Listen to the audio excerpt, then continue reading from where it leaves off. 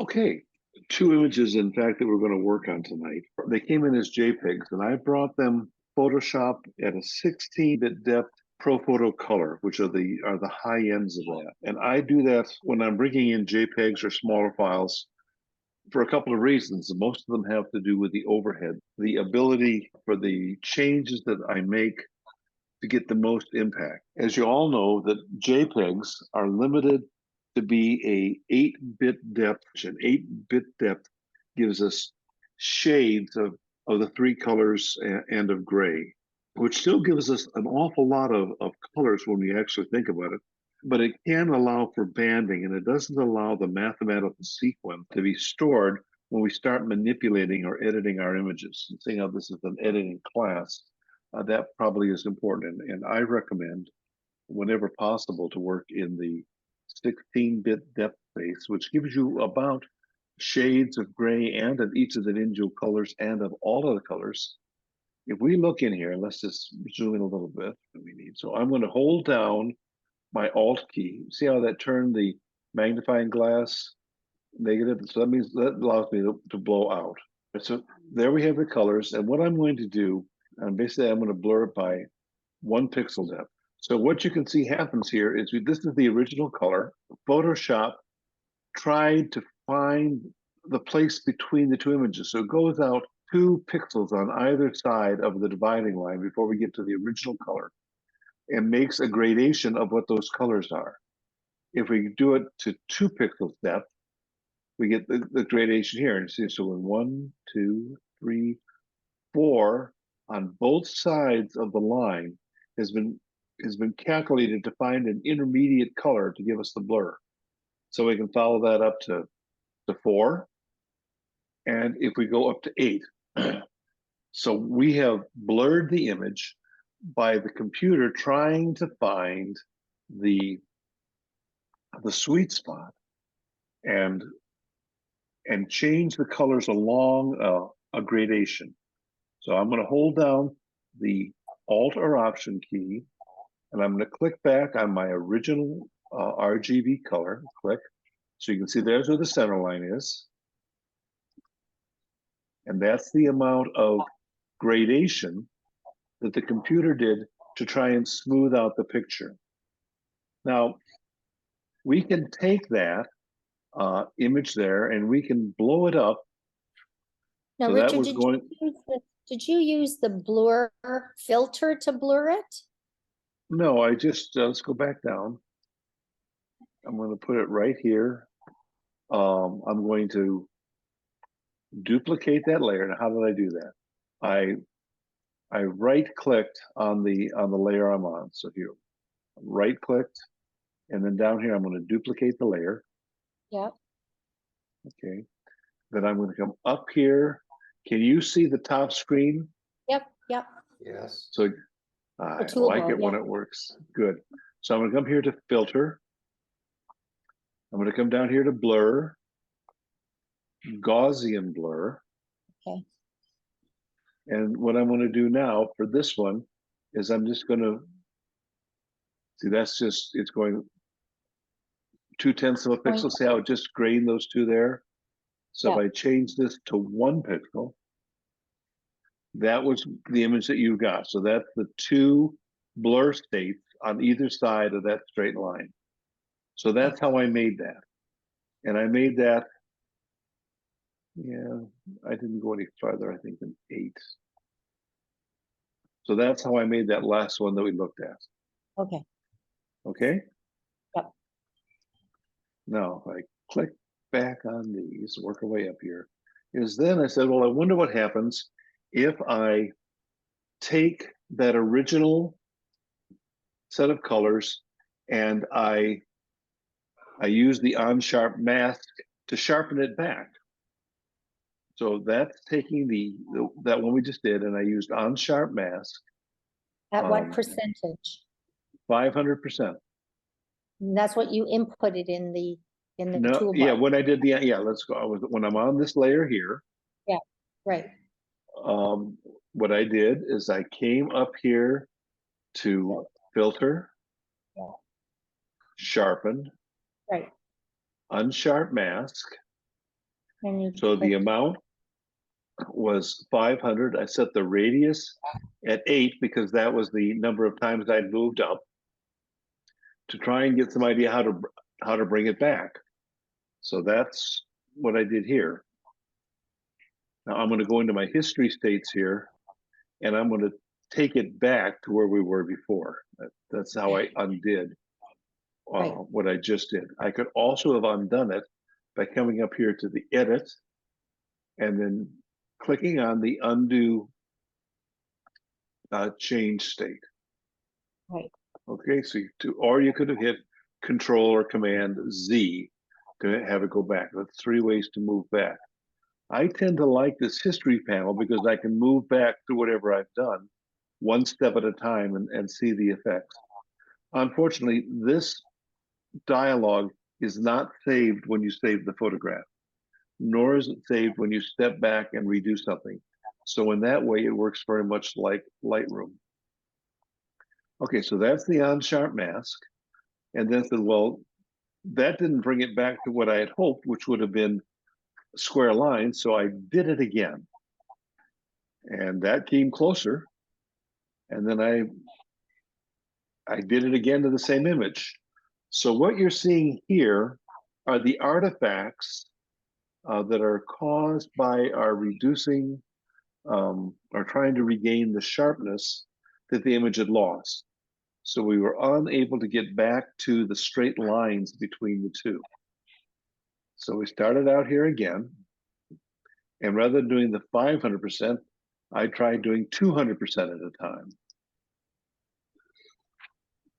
And as I did that, and then onto this one, I did an unsharp mask on this at 200%, and I did an unsharp mask on this again at 200%, and then I did it one more time. And you can see when I got down to here, I had these artifacts that I wasn't able to recover from. So this is the issue with blowing things up and blowing them down. Now, the reason for doing it in a larger color space is that as it's trying to find places to save the various colors while it's blurring or sharpening it, we have more homes, more addresses we can put them on. So what I did next is I took that original picture again. So this is that blur that we saw at the 8 parts, the same one. And this time, what I did is I went up here to the image dialog, and I went to image size and started reducing it by percentage. So this first one is at 100%. And the next one, what I did is I clicked it to reducing it to 50%, which means it should cut it back in half. Now, for those of you who haven't used this dialog, it's up in image size. Look at that again. And you have these different ways of either reducing or enlarging your image. So for this case, percent works well if you have a particular pixel. Like for example, for the slideshow at DippySig, it's allowed to be 1024 on the side. You could reduce your image to 1024 pixels. Then you put in the pixel count here. So these up here, these are probably the ones that you're going to use the most, but they're available and you should look at them. So do it down to 50%. And if I click OK, I'm going to have to go back and find it again. So fit screen. And this is that same image reduced down by 50%. So it got rid of some of the gradations to bring it back. Now, just so I can keep the example working, I'm going to bring this back to where it was before.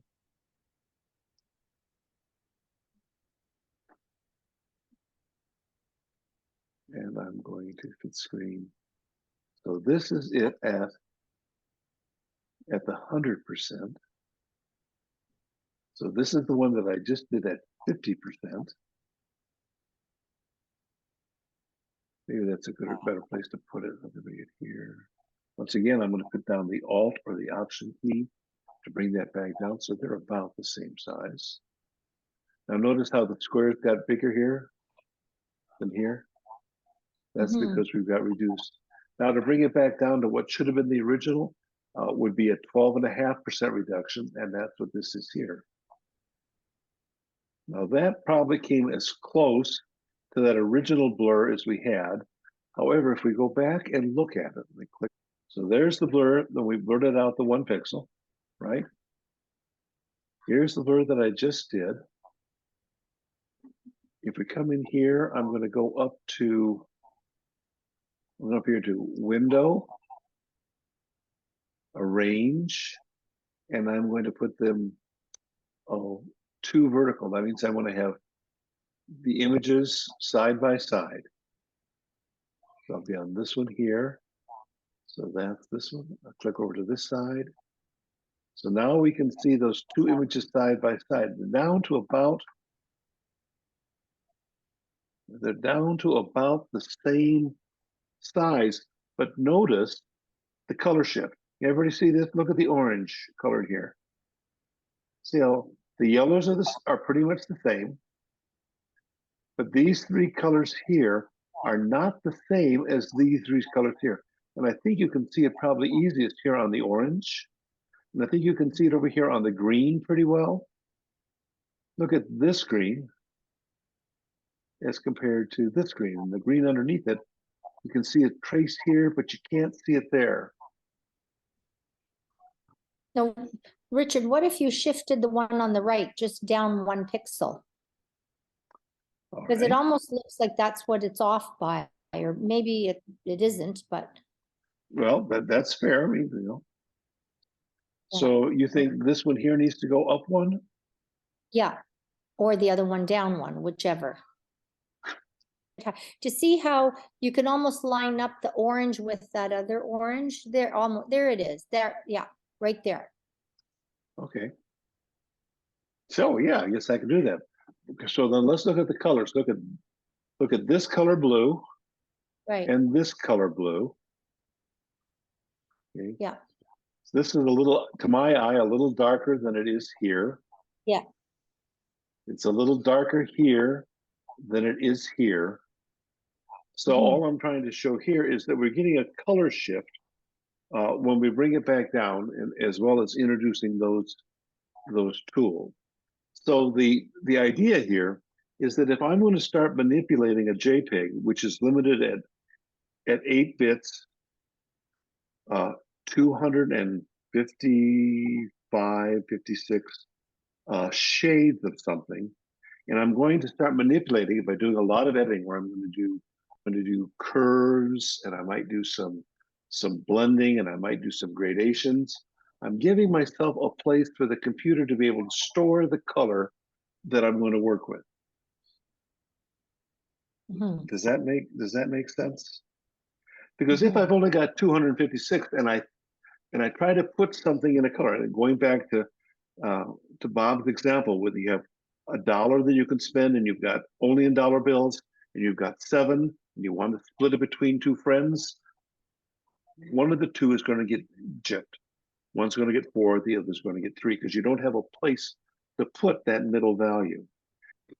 And more importantly, when you double back, you can't get the same amount. Yeah, you can't go back and get the same amount.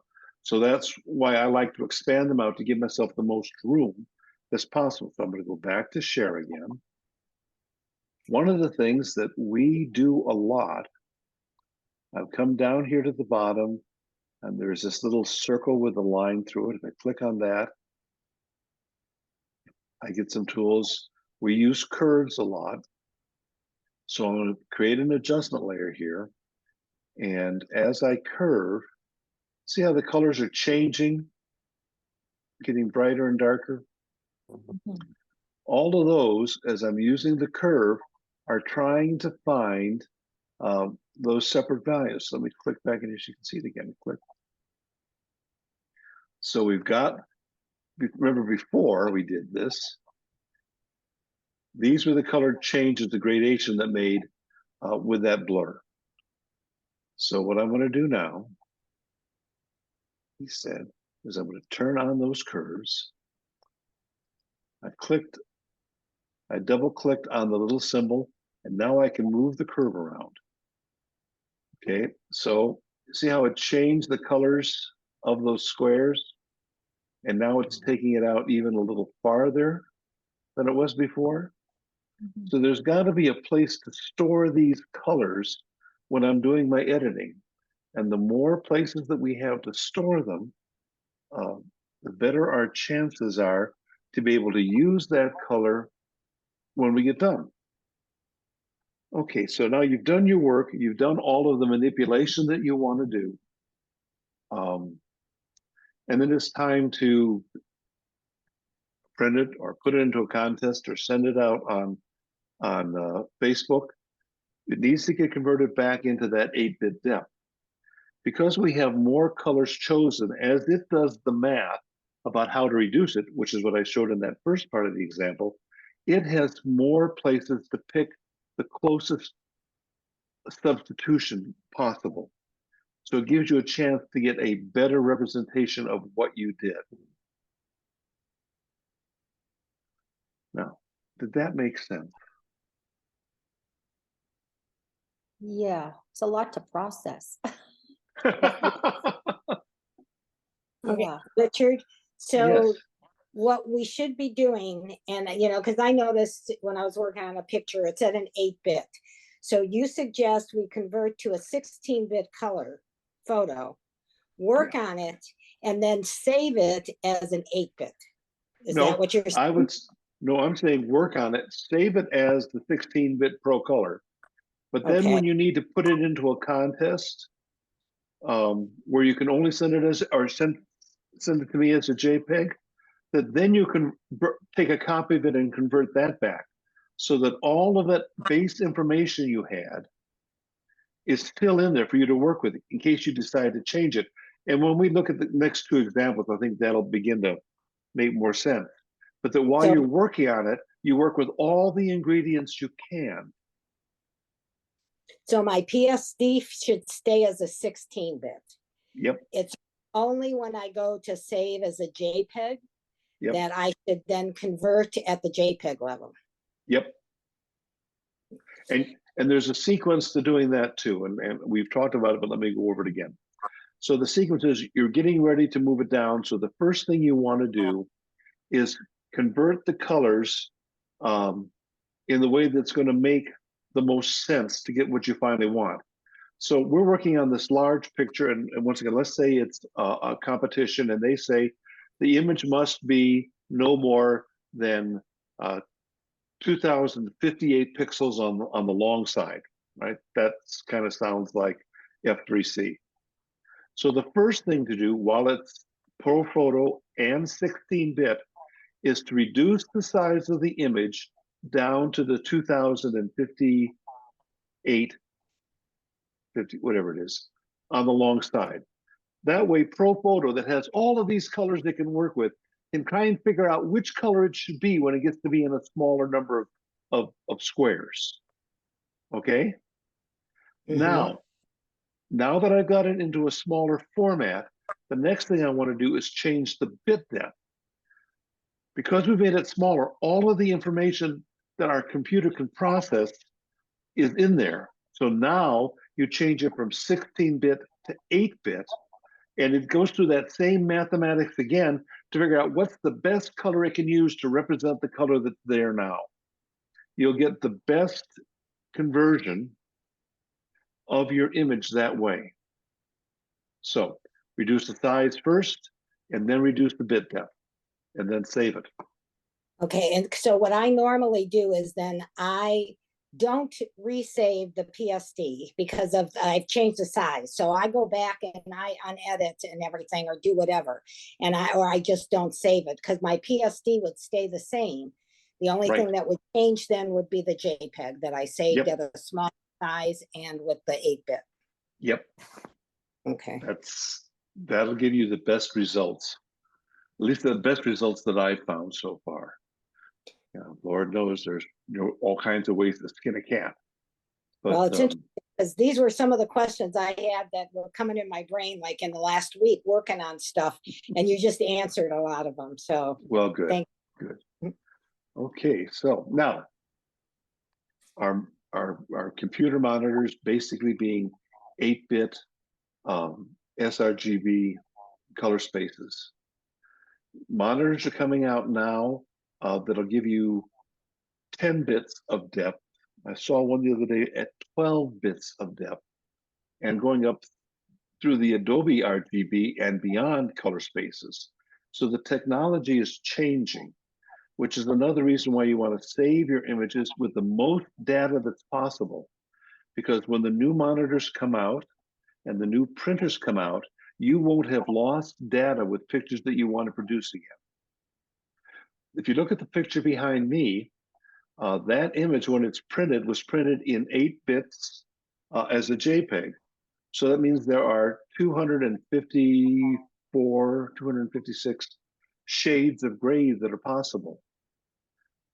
In my file, my PSD file, it's still color, but in that, there's something like 16,000 shades of gray that photograph is stored in. So right now, the 256 is fine because that's all we've got. But next year, when I break down and buy a new monitor and it's got more things, that image will have more shades of gray, which means all of the data that was in there when I took the photograph is still available for me to use. And the technology is going to get better. All of us have seen some of those new 4K and 5K television sets, the ones where you can see the inside of somebody's pore. Well, that's going to be coming to a computer to monitor near you pretty soon.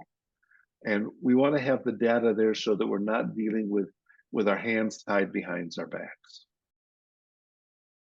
A picture of 2 gas pumps next to each other. And what he wanted me to do was make this one similar to the image that he had, which is this gas pump here. So he had taken a gas pump that was standing right next to it and then turned it into a black and white.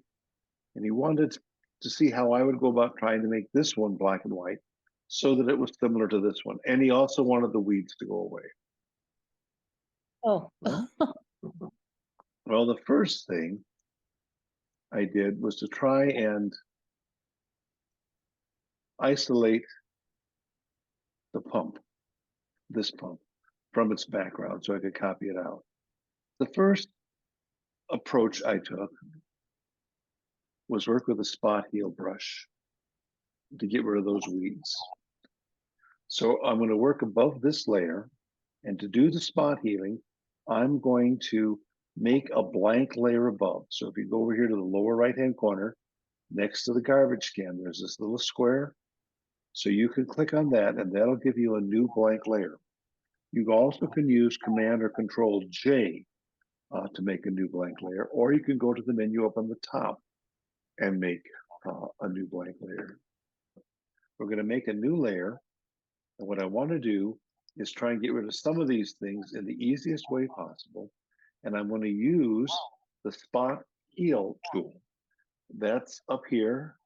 It's going to be in a group of these 5 different pictures. You got the Spot Heal brush, and you've got the Healing brush, which are 2 very powerful editing tools.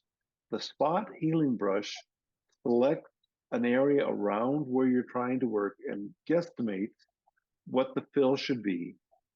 The Healing brush allows you to pick where it's going to come from to do the heal. So we're going to use the Spot Healing brush because it's the easier one to do, and say, all right, I want to get rid of this piece of weed right here. I'm doing it on a separate layer, and I'm just going to click over that weed. See how I got black there and then the weed went away? What it's doing is looking at the pixels around it and then making a correction that it thinks it should be. And so that works really well on blemishes and on dust spots, on your center spots. See, it just grabs what it thinks is around it and just takes it away. So that's your first tool, and it works really well when the stuff around it is easy for it to determine what's going on. See how it picked the color and the texture? Could you see that? Let me try this again. I'm gonna take this stick out right here. So I'm gonna grab it, I'm gonna bring down, logo, and it tried to pick the color of the paint that was behind it and the texture that was there to make the correction. Down here we have all colors. So we've got different colors of paint and different textures in here. So we'll use our spot healing brush again, and we'll just paint that, and it'll try to guess. And did you see it moving as it did that? After I let go of the thing, there were some modifications of those colors. It tried to guess how the color would be and what the texture would be if I changed it. Now let's change over to the healing brush tool. For the healing brush tool, by the way, to make my brush smaller, I'm going to go up, and next to the letter P is the left bracket key. I'm going to hit it, and that'll make my brush smaller. I tend to like these to be pretty soft when I do it. I make them soft because it hides the edges. I want to get rid of this little mark here. So if I just hit on it, it doesn't know what it's supposed to copy it with. So I'll say, okay, and I'm going to say, I think that should probably be something like over here. So I'm going to hit down my Alt or my control brush, and I'll take a sample point there, and then I'm going to use that sample point to place in that color. So let's go somewhere else over here. So let's look in here. Looks to me like there's some red paint, rusty paint that belongs underneath these leaves. I can't grab it from there, so I'm going to grab a sample of that color from this color right here. I'm going to hold down the Alt or Option key and take my sample from there, and then I'm going to bring that sample in over here. Now see how it's moving as I'm doing my sample? So it's saying, from this area, pick the new sample material. So I think I need more red. I'm going to come down here. I'm going to pick on the Alt Option key, click on that, and then bring in some of those colors. Yeah. Well, mode gives you these options here, which means you can do replacements or screens and lighten and darken it, or pick by luminosity. So I normally leave that one at normal for most things. You can also do it. I'm doing stamps, so I'm taking color and the pattern.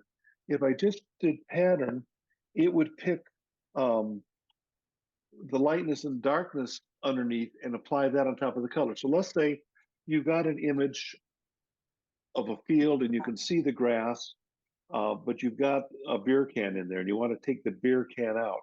You could just stamp clone it, and it would take whatever you clone and put it there with the texture, or you could manipulate the color very precisely over the beer can to match the color of the flowers and the weeds around it. And then you could use the stamped pattern to bring the lights and darks, the luminosity basically of the various patterns on top of the colors you chose. So the colors of the grass could be whatever the flowing rainbow of colors was that you chose, but it would pick up the same pattern that was underneath. Did that make sense? Mhm. Okay. The other thing you want to really use, make sure you're doing current and below, because I'm using current and below. I can put it on its own layer, and then I can copy from whatever's underneath that layer. You have other choices here too. You can work only on its own layer, which means on a blank layer, you can't do anything. Or you can have it sample all the layers. But current and below means it's taking all of its information from the layer that's directly below it. Right. So we use the spot healing brush, and that takes care of some of those areas for us. Let's just zoom out a little bit. I hit on the magnifying glass, I put down the Option key, and click it a couple times so I can see what I'm doing. I can also then paint the weeds out. So what I'm doing here, I'm painting. So let's go ahead, and here we're going to add another blank layer. I'm just going to create a new layer. And so what I did for this is that these colors in here are pretty close to what's going on. It's pretty uniform. So what I'm going to do is I'm going to take my paintbrush, and with all of this kind of retouch work, you want to use as large a brush as you can get away with. and you want it to be reasonably soft.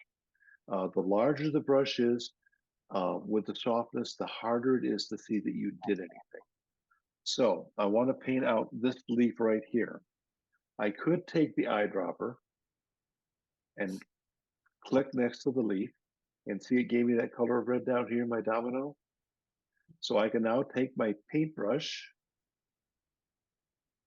and I could paint out, and I'm using 25% opacity here. So that means I've got to paint over it a few times to get it to go. That was enough right there to get it to go away.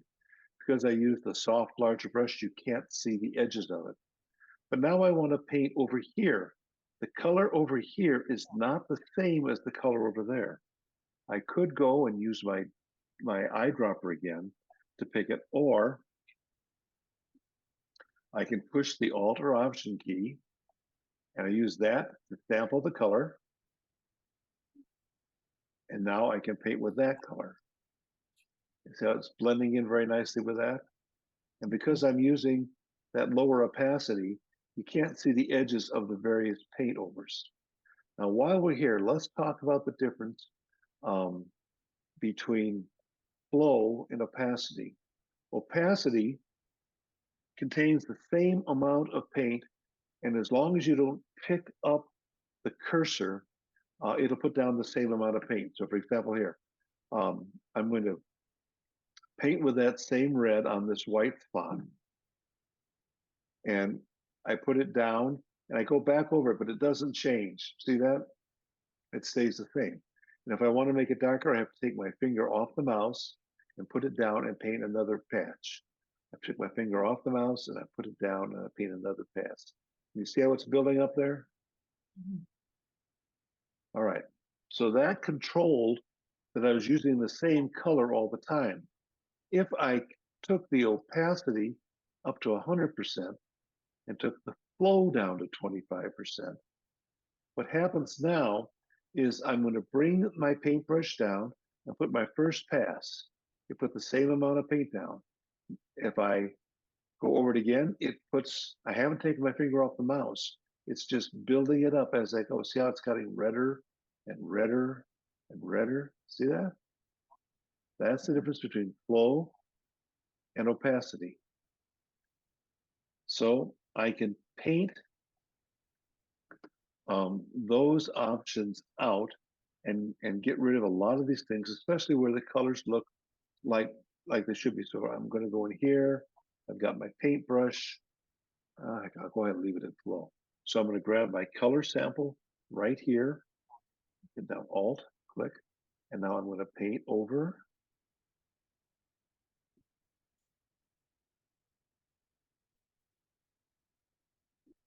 And that brought that down. So that's how you're going to, another way to paint out those weeds. So that's how I did that to bring that up.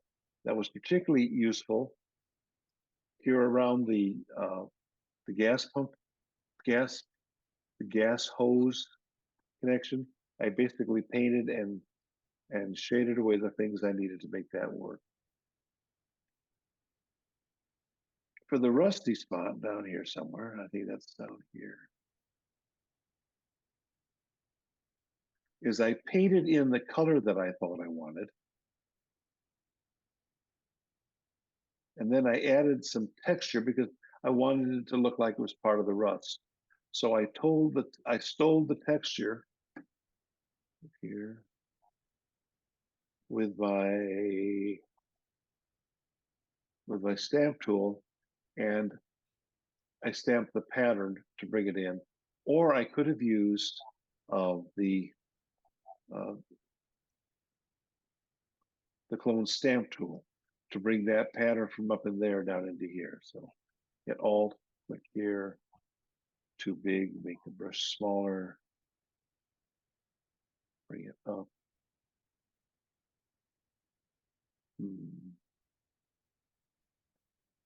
Change its opacity. Bingo. And that should help bring that on up. So that's that. Handle flip. So the next issue is we've got this handle on the side of the gas pump that's been lost in the weeds. And all I did for that was to make a copy, another new layer, and I cleaned up around this handle as best I could. I'm going to take my polygonal tool. Remember, we got these various ways we can choose things. So I've got a selection here. I'm going to hit Command or Control plus C to copy it.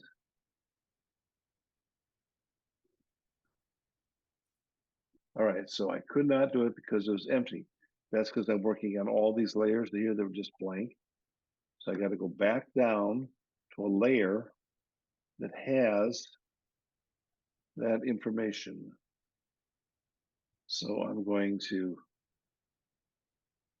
Command copy and Command V for paste. So right now, let's turn these off so you can see them. That is just the handle. I'm going to take this layer, I'm going to move it up here to where I'm working. And because I'm going to forget, I'm going to name the layer so I know what it is. Okay, so I've got my handle right here. So I'm going to take this handle and I'm going to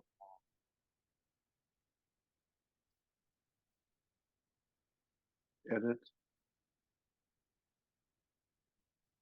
transform. I'm going to flip it vertically. And use my key here, and I'm going to drag that one. I'm going to bring it right down to here. I'm going to use my arrow key to nudge it just a little bit. So now I have a layer here that has the handle completed, and then I can use other tools that we've normally used, spot heel brush and comb brush, to clean that up. So let's get down here, look a little closer. I'll use my clone stamp tool, hit Alt, click here. You see how I just brought it down in line?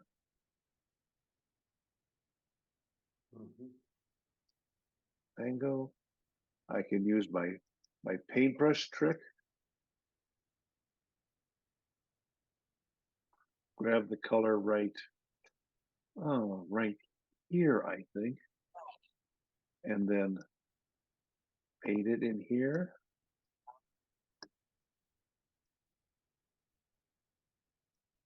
So now I have a handle again. This is my handle, flipped it here. And then this layer here is just all of these cleanup tools. So the truth here now is I got tired of taking out weeds. So oftentimes I'll use a colored mask so I can tell where I put a cutout in. So this is where I was cutting out the background, and this just allowed me to see where I had placed it. So I'll use a different color mask to do that. So here's the one that he did. This is the corrections I've made so far. And then we want to change it into black and white. And there's a couple of ways to do this. So in this method, I did a stamped visible, and that brought out just the image of the pump. So let's go back and look at that. So I've got it cut out on my background. I've done all the corrections in color that I want to do. And then I'm just going to use now a black and white adjustment layer, which is this right here. So what is that? Click on this, go down here to your layers, and you've got a black and white layer here. If you click on that, it'll turn it into a black and white, and you can control how the black and white interprets as the various colors. You've got some ones here that are presets for you, but the default is fine. So we can say, I wonder what happens if I increase the values of the red. Now, one of you a couple of times ago asked me if when I made it black and white, if the color of my image made a difference what the black and white looked like. Well, this is where it makes that difference. So here, I'm adjusting my reds down so they look to me like they're more in keeping with the reds that Malon had over here. See how I did that? Just brought the reds down. I don't think there are any yellows. Well, there are some yellows in there. So I think maybe that yellow is more in keeping with this. Are there any greens? I don't see that there are any greens in this image for me to worry about. There are in the leaves. If you look down below the handle we just made, see how the green leaf there is changing?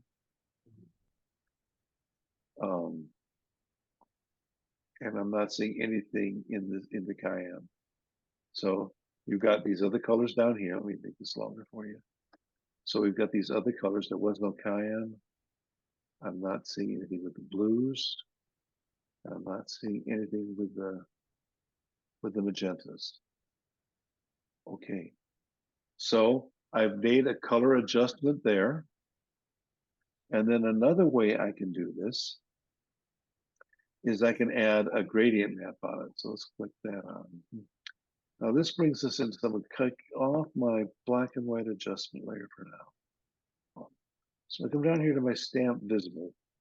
I can go back down here to my adjustment layers again, and you have something called a gradient map.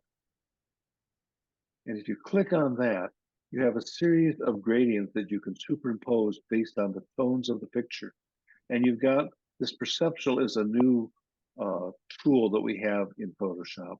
Linear, which is the classic way that it takes interpretation, and this classic. So all three of those will reinterpret how the grade does its color stuff.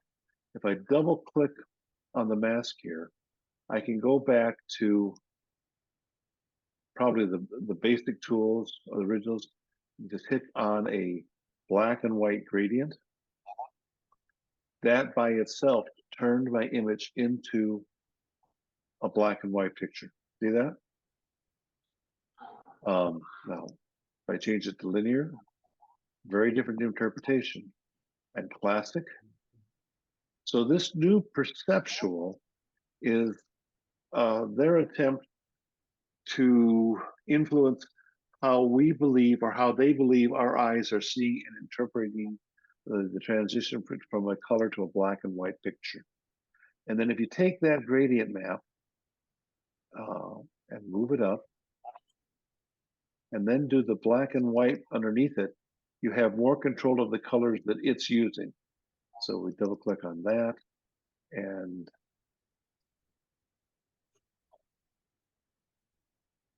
maybe right in there. So that gave us a simple way to do a black and white conversion right inside Photoshop. And that's the same thing as I did here. And then another way we could do it, which I did here, is I used Mix Silver Effects Pro to change it into a black and white. It does it as a smart object, so we could go back in and adjust it again. I kind of like the one I did in Photoshop better. And then in the Silver Effects Pro one, you can change and darken the lightness with a simple curves layer. Maybe take its adjustment and put it maybe there. Because it's nested, it only affects that layer. So that is a way to take a color picture and turn it into black and white and reproduce the textures and the colors. Now, when you're doing that burning and the coloring and all of those maneuvers, one of the tricks there is to vary the intensity. So I did it with a lower opacity or fill, so I could build the colors up slowly, which means it's harder to see the edges. And if you got something that you're really, really involved in, you can change the sizes of the brush with each of those depths of color or copy. That works out well if you have like a Wacom tablet with a pressure sensitive pen. It's harder to do with a mouse, but a mouse you can. So are there any questions about that? Richard, it seems like the healing brush worked very similar to the clone stamp, which you had pick an area and Yep. then move it over. It does. It does very similar. I think the healing brush is a little subtler of a tool, especially because you could feather the edges more and then build up the process than the stamp healing tool does. But they both do the same job really well. You remember, Photoshop is a program that has 17 ways to do just about anything. 15 of them are good, and so you can just let that stuff happen. How? Richard, Yes. I came in late. Yep. My only question is, I didn't see the layer where you remove the background. So did you just use the lasso tool and? Yeah, I usually use the pen tool and cut it out. And as I was going up the line, I just didn't see where I did it. I showed it to you. It was that little black line, but it's in there. I just cut it out. Okay. Okay. So you cut and then. I put a on mask new on it. layer. Let's go back. I'm going to click here. I'm just going to do that's a few shift, alternate, command, and the letter E, and that gave me a stamped visible here. So it's everything. So this is the image, and all I did was come in here and used any one of the tools you like to use. Use this tool here, and I'm going to try and pick out this thing. Okay. So there, I picked it out. Then I'm going to click down here. I'm going to this is the mask tool. This square with the black square with a white circle in it. That puts a layer mask on it. Click.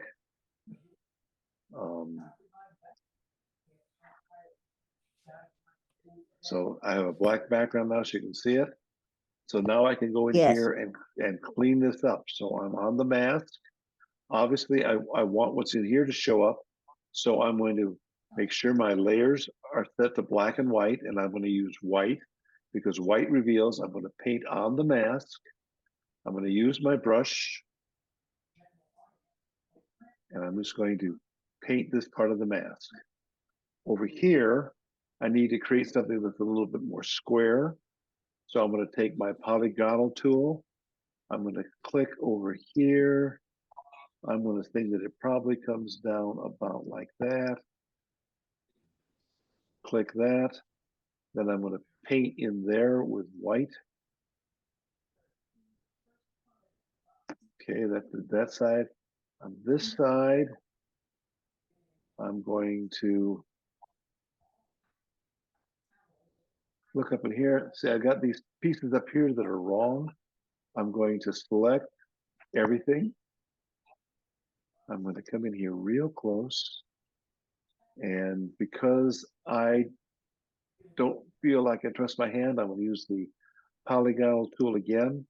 I'm going to clip here, click here, and all I'm doing now is trying to catch these little pieces here that are probably wrong.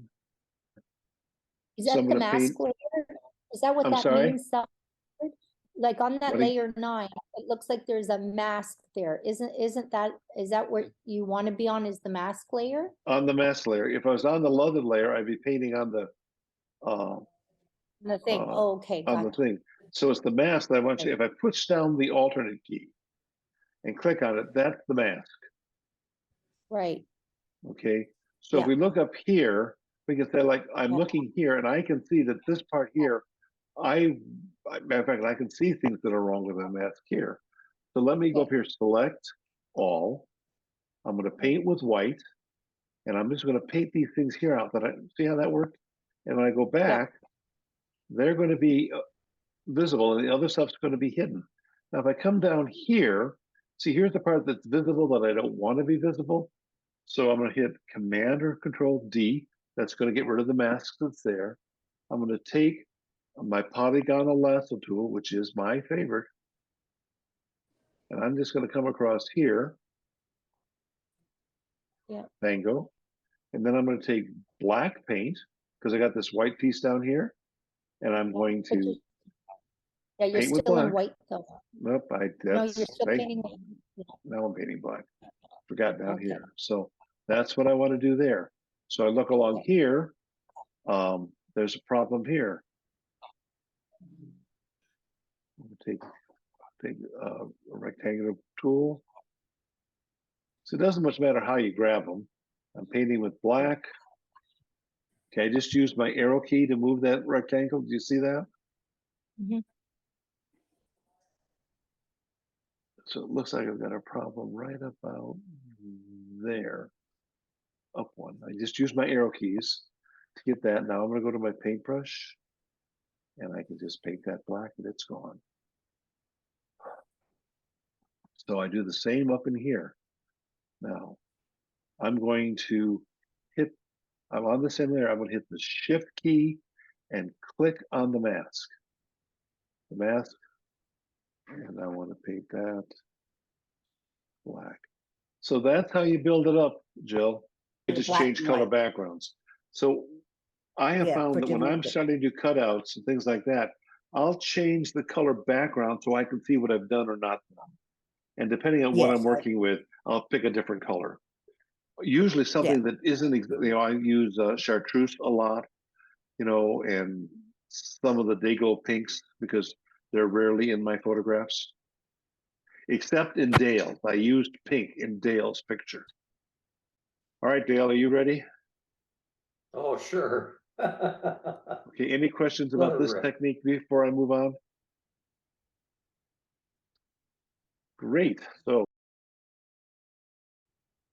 So that's what I came up with. How do you like that, Dale? That's looking good. That Yeah. I tried blending. I tried the clone stamp, and I was at a loss. Okay, well, let's see if I remember correctly.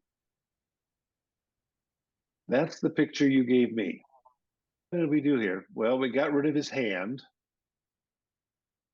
Mhm. and we And the toned shadow. down the shadow. shadows. Mhm. And then there's this sweat stain on his shirt. So we got rid of that. We adjusted the color in his face a little bit. And look at the drapes behind them. See that light pink in? I brought that in because it helps tie together the color of her hair, the color of his shirt, with the color of the drapes to give us a more pleasing color palette. The other thing I did is I changed the crop because I thought the picture of the lovers here in the background made a story that I didn't want to lose. Okay. Okay? So All what right. did I do? The first thing I did, let's go and is decided that I wanted to bring the drapes down and build her shoulder. So what I did here is using basically the clone stamp and fill tools, I copied part of the drape down onto her shoulder. Okay? Okay.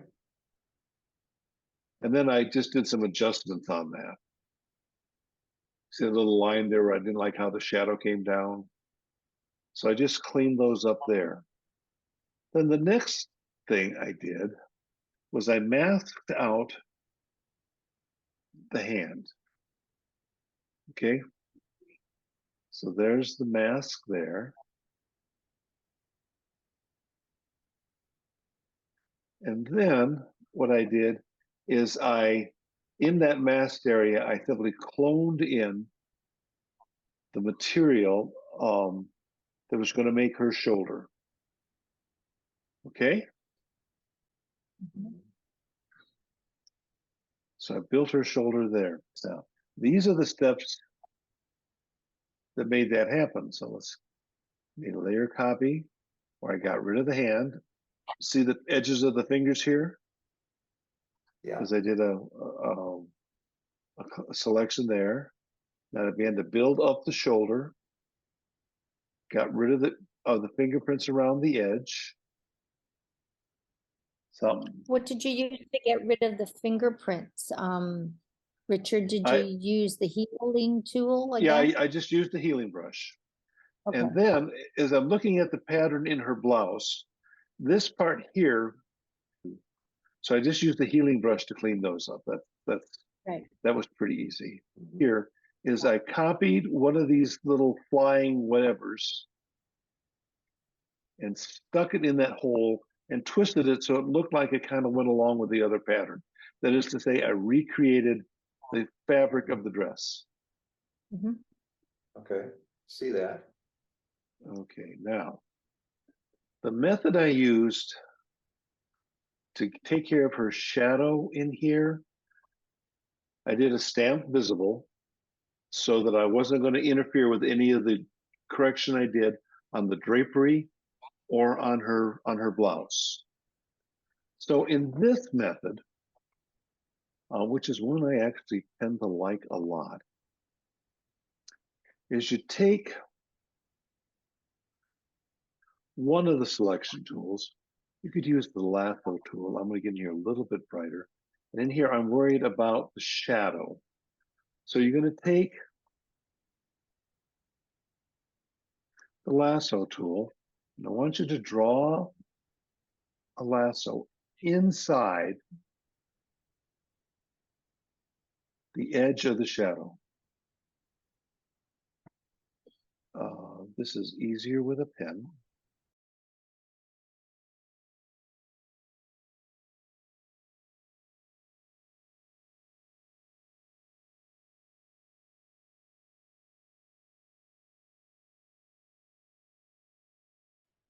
You've got these options up here with your tool. So this is to make a new selection. This is to add on to a selection. This one is to reduce the, take something out of the selection, and you can change the feathering. So all I'm doing now is I'm refining my selection here a little bit. And I'm doing it by adding to my selection. I'll come up here, and I'm just going to add. And you don't have to be this precise. I'm only doing this so I can show you that I know how. Now I'm going to take away. As I click this box over here, you could also do this by holding the alternate key. And I'm going to take away that. And I'm going to take away that.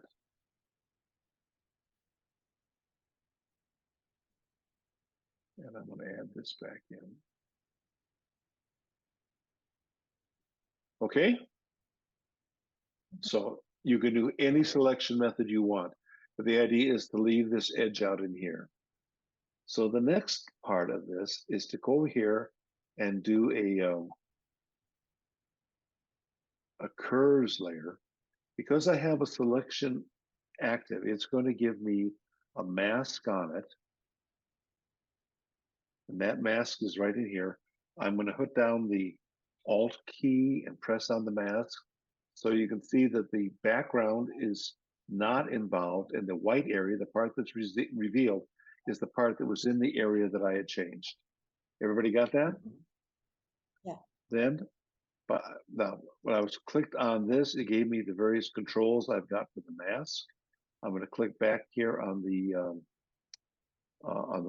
adjustment layer icon. It gives me this curve. And what I'm going to do now, I'm going to use this finger thing to pick this color in here. And I'm going to move it up until it looks to me like it's about close to what I want this area to be. And all I'm doing now is just playing with the curve. So far, so good? So far, so good, yeah. All right.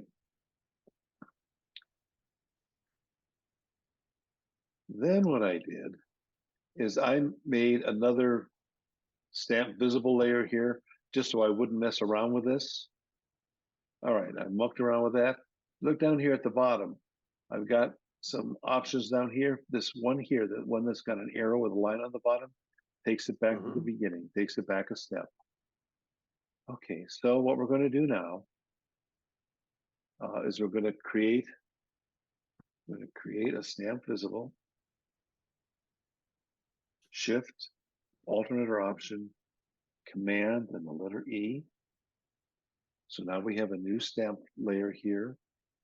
And now the trick is we're going to select all. And we're going to use one of our cloned or paintbrush tools and get rid of this part that's over in here.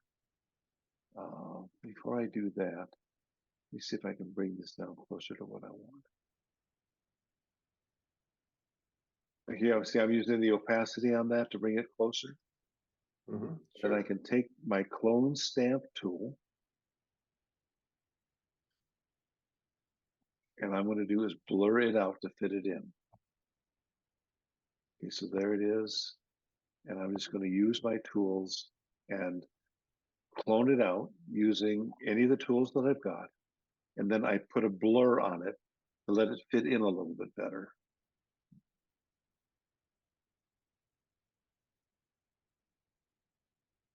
And then I used another curves layer to adjust how it looks.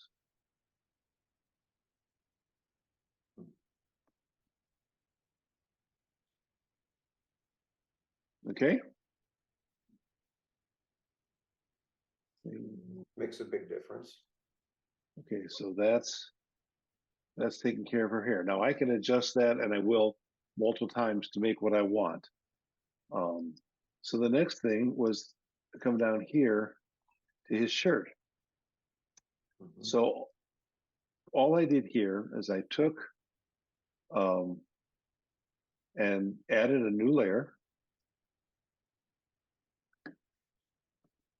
And you can select if you want, or you can just kind of do it freehand. I use the clone stamp tool, bring the opacity down. I'll pick the color of the shirt from about here. Alt. And then I can just put that in here. See how that's going?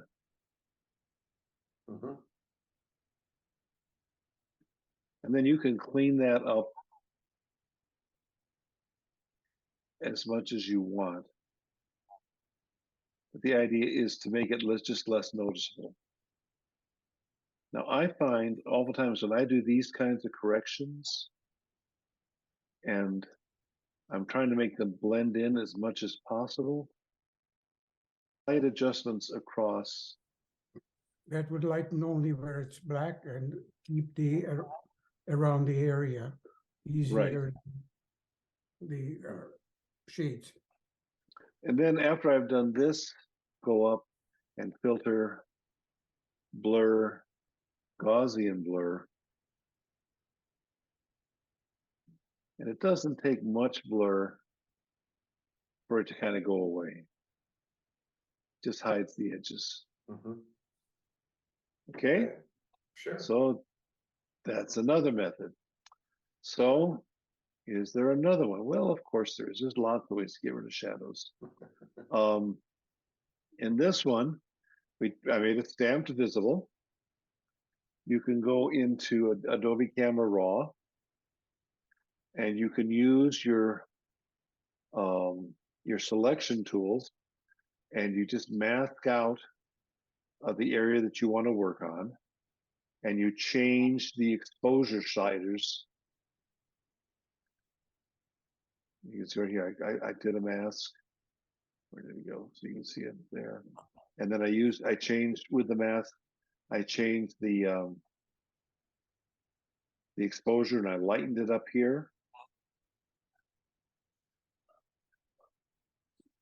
And then I brought it back in to the image and put a mask on it.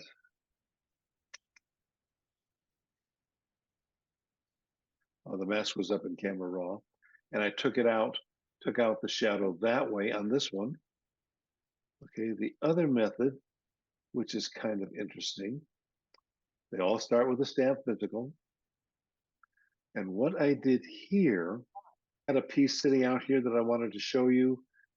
And to get it back into my workspace, I click on this icon up here, and I've got it to go back to my menu 6, which is the workspace that I'm using right now.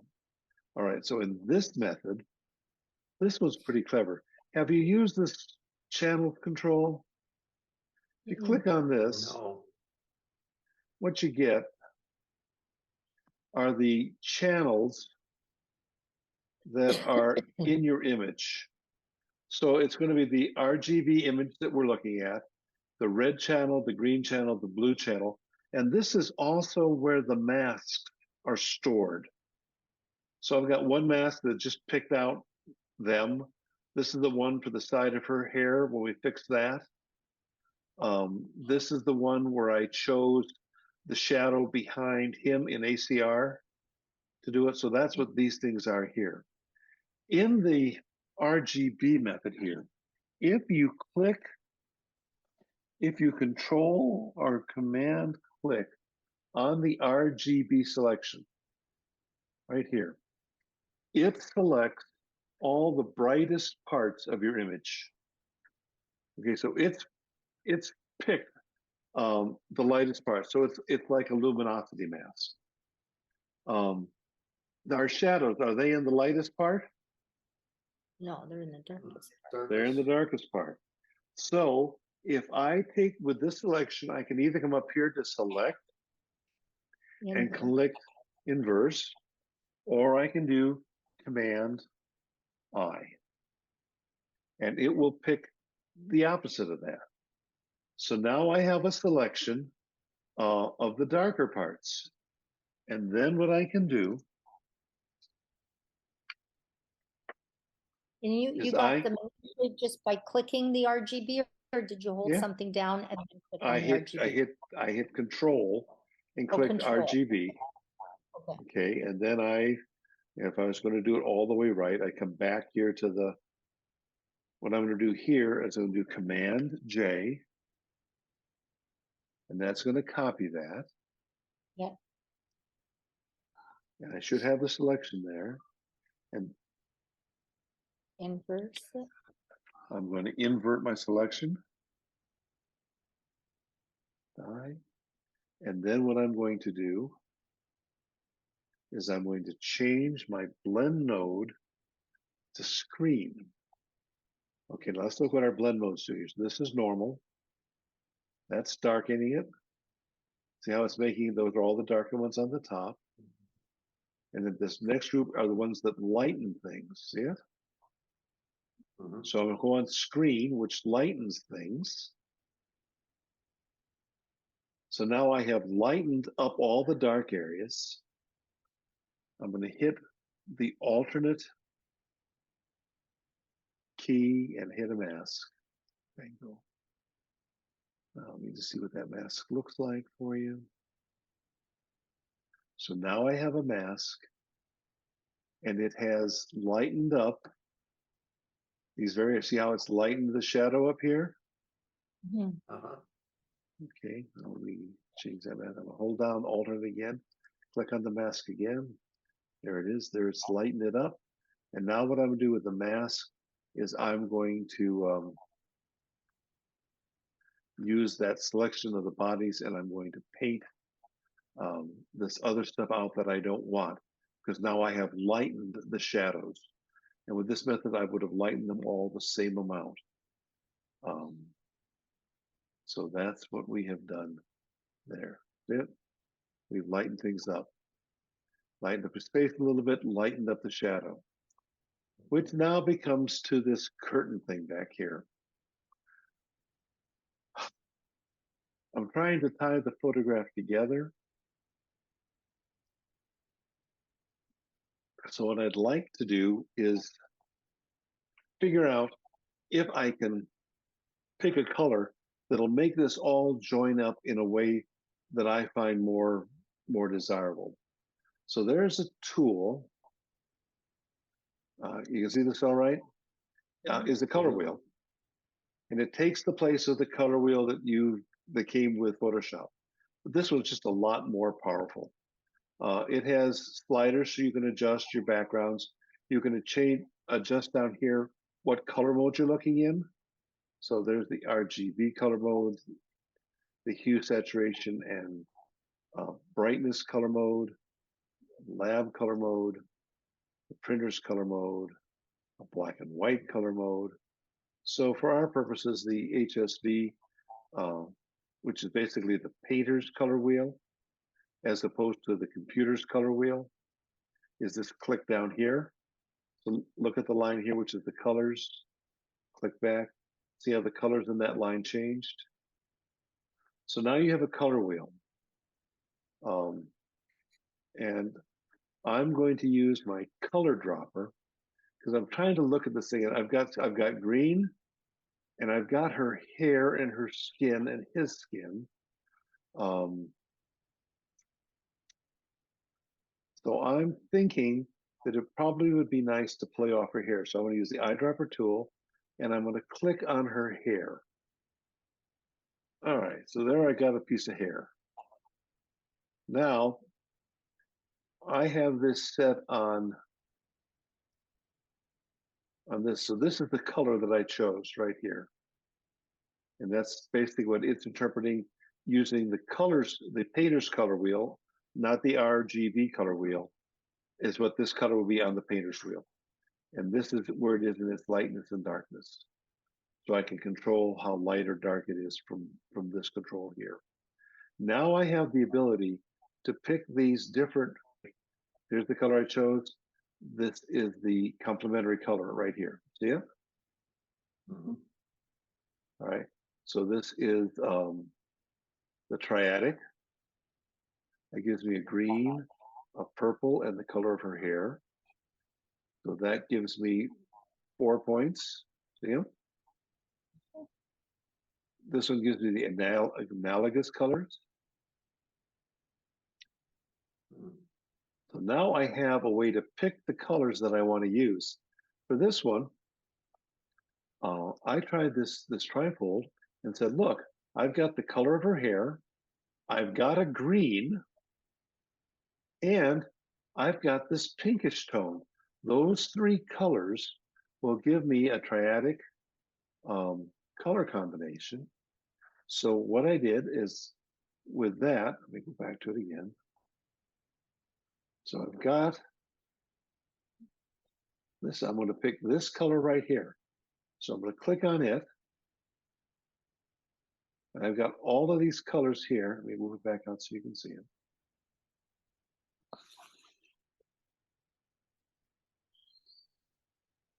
Now I can change those colors here. What I want. I've got that color. And that color is now down here in my box. You see it? Mhm. Okay. So what I'm going to do now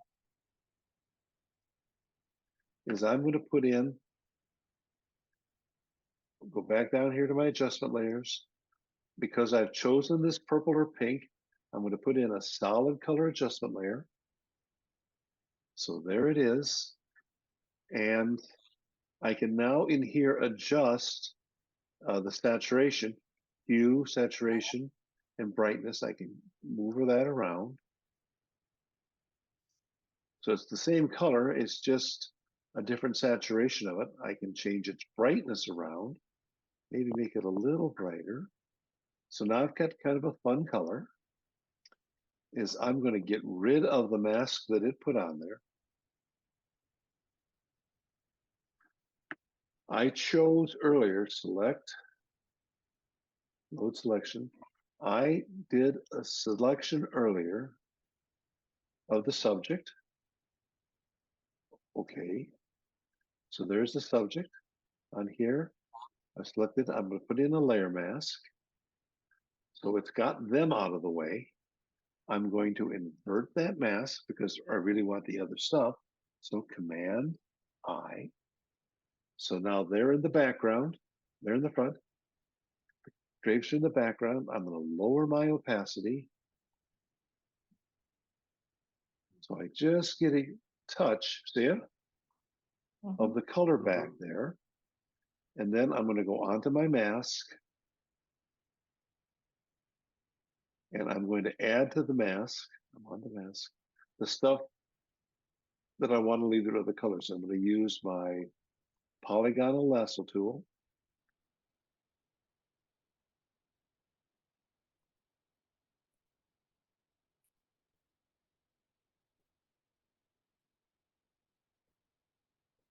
And enter to close it off. I just hit enter to close off that space. I'm on the mask. I'm going to change my colors to black and white. Hit the domino to make it the default colors. Hit the arrows to switch it back. So I've now picked the black color. I'm going to use my paint bucket because I'm lazy. And I'm going to paint black into the mask there. That's all been added. I'm going to come over here to the other side and do exactly the same thing. I'm going to Command deselect. I'm going to use my polygonal tool. And by the way, for most of these math, you don't really have to be overly precise.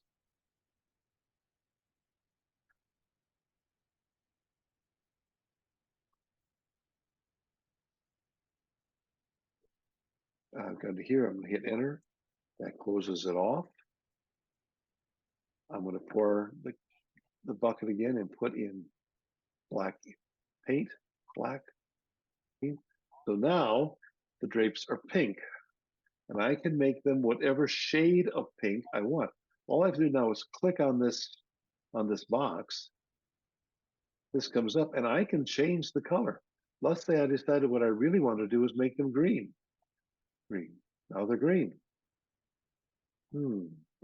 Well, now, well, maybe blue. It's a nighttime scene. Maybe bright red. Blue, blue. I don't like that. Doesn't do anything for her. Seeing how I think she's more important than he is, I want some color that I think is going to go better with her. That's why I chose this one. And I'm going to make it lighter, lighter, just a touch of pink because I don't want you to be drawn to it. Okay. I can go to this layer again and I can cut. So there we got it. Now, if you recall on my mask, the color between their legs is wrong. If you saw that, we could go ahead and clear that up, but I'm not going to bother because I don't want it in the picture. I'm going to do Command D to get rid of the selection. And then I'm going to use a hue and saturation adjustment layer on his, look at his face. See how I lightened up the reddiness that he had? So I'm just using a hue and saturation layer here.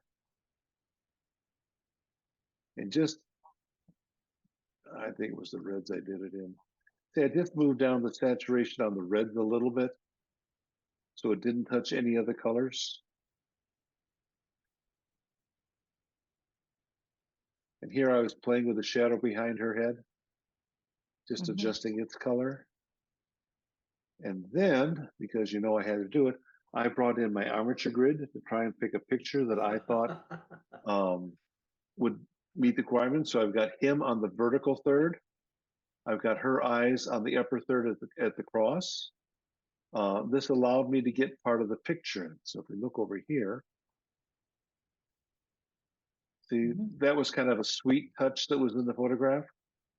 And I'm assuming that these two like each other, but you know, they don't have to. It's not really important. Fit screen. So I've got this now. And what I can do now is I can take and do a crop and crop it out to the size I want. What I did is just cropped it that way so I wouldn't have to cut it. So now I have a picture of them that I think is pretty good. You know, he hasn't got that stain down in here. The shadows are not so prominent. His color looks more natural, I think. We've got the photograph in. We've got the hint of a complementary color here to the back. I think I've got a pretty successful picture. Now, when we get to this point, we can now do whatever beauty adjustments we want to do to give her a little bit more rouge on her cheeks, maybe make her lipstick a little brighter, maybe work with the color of his skin. But that's the solution. I do have a question. Sure. When at one point you had when you were picking the subject and you had just them Yep. in the frame, could you at that point have taken a another blending background and overlaid that onto there? Sure. And I chose them. I just used the Photoshop in the selection menu. When you bring down, you can select the sky, you can select the background, or you can select the subject. Okay. And all I did was selected the subject. Okay. So that was all automatic because it wasn't a selection exercise. But because I had it in the larger color space, all of those adjustments I made, and many of them were very subtle. When I then collapse that back as a JPEG, I'll come to a truer representation of what I wanted. But now you've got a file that will very much let you do whatever you want to do to them to make them be how you remember them being. Okay. Okay. Okay, so maybe his face really is that red. Okay, so just ruddy him up. Or if he's that ruddy, maybe she needs a little more color in her face. Well, they're a Wisconsin farm family, so yes, that sure was. That sure Now, was. Richard, what's the difference between stamp visible and something that I do that's like Command Option Shift E? The same thing. As much as possible, you should name the layers with something that'll remind you of what you did. Because I did Dale's picture 3 weeks ago, and so I had Malon's done before the last meeting. So remembering what it was I did, naming the layers gives me a clue to try and recreate what it was I was thinking when I did it. One practical recommendation. Yep. Whenever you make a selection, save the selection because that gives you the mask. All right, now let's go back and show you how to do that. So if I come down to something, I'm on here, and what I want to do is I want to select her face. So I can come in here, and let's see, we're just going to work on her eyes for now. So I can take my selection tool,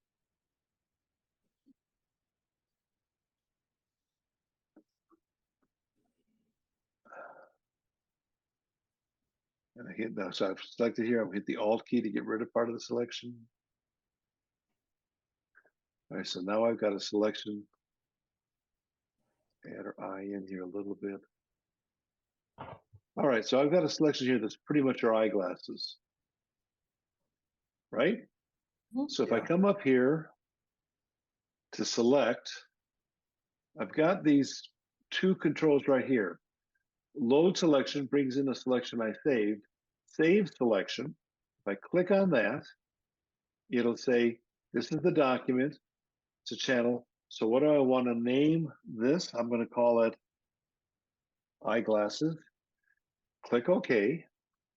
It's saved. Now, I'm going to click over here on my channels control.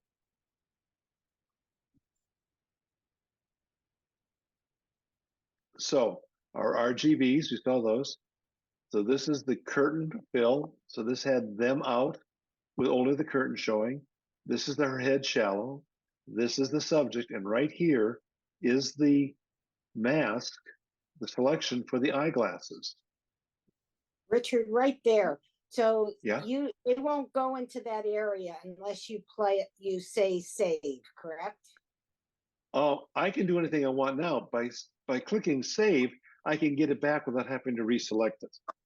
Okay, because my question was gonna be from before, do they automatically go into that channels place? No, They go into the channels place, but once you're done using them, it erases them unless you save them. Okay, that's what I wanted to know. Yeah. If we were to go into channels, it would show this. We go back into channels.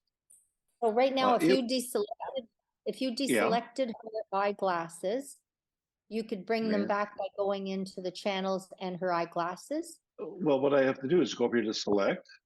Yeah. Load selection. There are the selections I have. Yeah. Click eyeglasses. Okay, there it is. Okay. So I'm working on this sucker. Let me get here. Let me fit the screen. Let me get rid of this and this. So here they are. I've got our eyeglasses, but what I really want to do is get back to them. Come up here to select, load selection, click.